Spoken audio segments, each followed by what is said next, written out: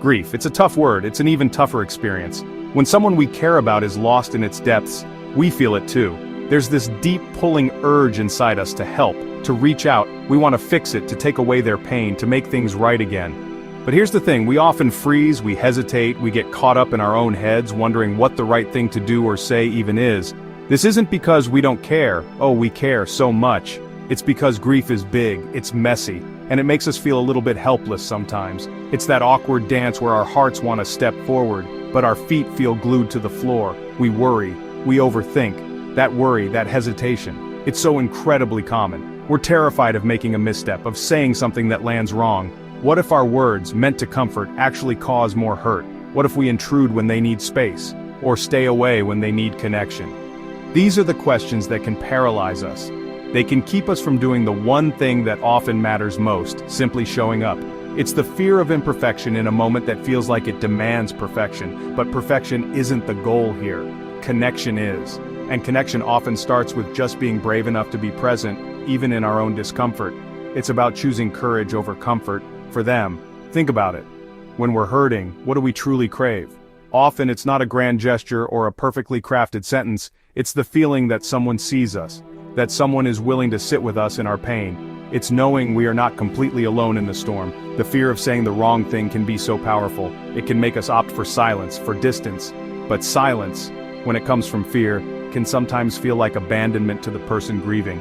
It's a delicate balance, for sure, but starting with the intention to support, even if awkwardly, is better than not starting at all. Your presence can be a lifeline. So, let's be honest with ourselves. It's okay to feel unsure. It's okay not to have the magic words that will make everything better. Because here's a secret. Those magic words don't really exist.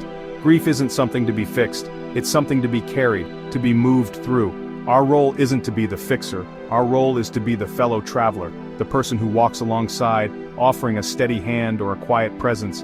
Acknowledging our own discomfort is the first step. Then, we can move towards them with a more open and authentic heart. It's about being human together. When someone is grieving, their world turns upside down. It's not just sadness. Oh, sadness is there, a deep, heavy ache, for sure. But grief is a kaleidoscope of emotions, constantly shifting. There can be anger, at the situation, at the world, sometimes at nothing in particular. There can be confusion, a fog that makes simple decisions feel monumental. Numbness is common too, a strange detachment from everything. Sometimes these feelings crash in waves, one after another. Other times they all swirl together, a confusing, exhausting emotional storm. It's a profoundly disorienting experience for them. And it's different for everyone, every single time. Think about their daily life. Things that were once easy can become incredibly hard. Getting out of bed might feel like climbing a mountain. The thought of making a meal or answering emails can be overwhelming. Concentration often shatters into a million pieces. They might forget things, miss appointments, or struggle to keep up with conversations. This isn't a failing on their part, it's the weight of grief pressing down. Social gatherings can become minefields. A well-meaning question can trigger a fresh wave of pain. Or they might desperately crave connection but not know how to ask for it, or even what they need. It's a constant negotiation with their own emotional landscape. It's also important to remember that there's no right way to grieve. Society sometimes tries to put a timeline on it, a set of expected stages. But grief doesn't follow a neat, linear path. It's messy. It's unpredictable. Some days might feel a little lighter, and then a memory or a song can plunge them back into sorrow. They might want to talk about their loved one constantly, or they might not be able to speak their name. Both are okay. Both are part of their unique process. Judging their grief, even silently, is unhelpful. Comparing their journey to someone else's is too. Their grief is theirs alone, a testament to their unique love and loss. And the world keeps spinning, which can feel incredibly jarring. The mail still comes.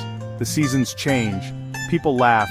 For someone deep in grief, this normal rhythm of life can feel alien, even offensive. It can make them feel isolated, like they're living in a different reality from everyone else. They might withdraw, not because they don't care, but because bridging that gap feels impossible. Understanding this internal disconnect is key to offering genuine support. It's about trying to see the world, just for a moment, through their tear-filled eyes. This empathy is the foundation of true compassion. It helps us approach them with patience and understanding. So, how do we translate our care into actual, helpful support? One of the most powerful things we can do is to listen, truly listen. This means putting away our own agendas, our own need to speak or offer solutions. It means creating a safe space where they can pour out their feelings without judgment. Let them talk, even if they repeat stories, even if their words are jumbled or full of anger or despair. Nod. Make eye contact. Say things like, "I hear you," or "That sounds so hard." Don't interrupt with your own stories of loss unless they specifically ask. Right now, it's their story that needs the airtime. Your quiet, attentive presence can be an incredible gift. It validates their pain and makes them feel seen. Respecting their feelings is absolutely crucial, whatever those feelings are. If they're angry, let them be angry. Don't tell them they shouldn't feel that way. If they're crying, don't tell them to be strong. Tears are a natural release. Avoid cliches like, "they're in a better place," or "time heals all wounds." While sometimes said with good intentions, these phrases can feel dismissive of their current pain. Instead, acknowledge what they are feeling. It's okay to be angry. I can only imagine how much this hurts. Don't offer unsolicited advice. They are not a problem to be solved. They are a person to be supported through a deeply painful experience. Your job is to witness and validate, not to direct or fix. Practical help can be a lifeline when someone is overwhelmed. But the generic offer, "let me know if you need anything," often puts the burden back on them. They might not have the energy to identify a need, let alone ask for help. Instead, offer specific tangible things. "I'm going to the grocery store, what can I pick up for you?" Or, "I'd like to bring over dinner on Tuesday. Would that be okay?" Other ideas, offer to help with childcare, walk their dog, mow the lawn, or run errands. Even small acts of service can lighten their load significantly. These practical gestures say, "I see you're struggling and I want to help carry some of this." It's love in action, and it can make a huge difference. It shows you're willing to step into their chaos and help. Remember to say the name of the person who died. Sometimes people avoid mentioning the loved one for fear of upsetting the griever, but often the person grieving longs to hear their name, to know they aren't forgotten. Sharing a fond memory, if it feels appropriate and they are open to it, can be a comfort. "I remember when loved one's name and I..." This acknowledges the reality of their loss and the importance of the person who is gone. Don't be afraid of their tears if they come. Tears are not a sign that you've done something wrong. They are a sign that you've touched something real and important. It's about creating space for all of it, the sadness, the memories, the love. Sometimes the most profound support isn't about doing or saying anything specific at all. It's simply about being there. Your physical presence can be incredibly grounding for someone adrift in grief. Sitting with them in comfortable silence, watching a movie together without needing to talk, going for a quiet walk, just coexisting in the same space. This communicates, "You are not alone in this. I can handle your pain. I'm not going anywhere." There's a quiet power in just showing up and staying. It doesn't require brilliant words or grand solutions. It just requires your willingness to be a steady, calm presence in their storm. This kind of support can feel like an anchor. We often feel a pressure to fix things, to make the sadness go away. But grief isn't a problem to be solved. It's a process to be navigated. You don't need to have all the answers. In fact, no one does. Trying to cheer them up or rush them through their grief can backfire. It can make them feel like their feelings are not valid or understood. Instead, allow them their sadness, their pain, their own timeline. Your unwavering presence, free of expectations, is often the most healing gift you can offer. It's a silent testament to your care and your commitment to them. It says, "I'm here with you, for as long as it takes." Healing from a deep loss is a journey, not a destination. It takes time, lots of time. The sharp, unbearable pain of early grief does eventually soften for many. It might not ever go away completely, but it changes. It integrates. Memories that once brought only tears can, over time, bring a gentle smile. The love for the person lost remains, but the way it's experienced evolves.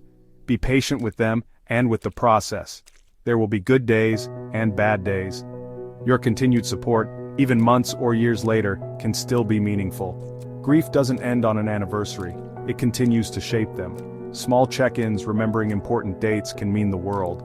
And finally, there is hope in remembering and honoring the person they loved, the life they lived, the impact they had. These things don't vanish. Encourage them when they're ready to share stories, to look at photos, to celebrate that life. Keeping memories alive is a beautiful way to carry their loved one forward. Love doesn't die, it transforms. it becomes a part of who we are. Supporting someone through grief is one of the most profound ways we can show our love. It's about walking with them through the darkness, trusting that eventually, they will find glimmers of light again, and cherishing the precious, enduring connection to those we've lost.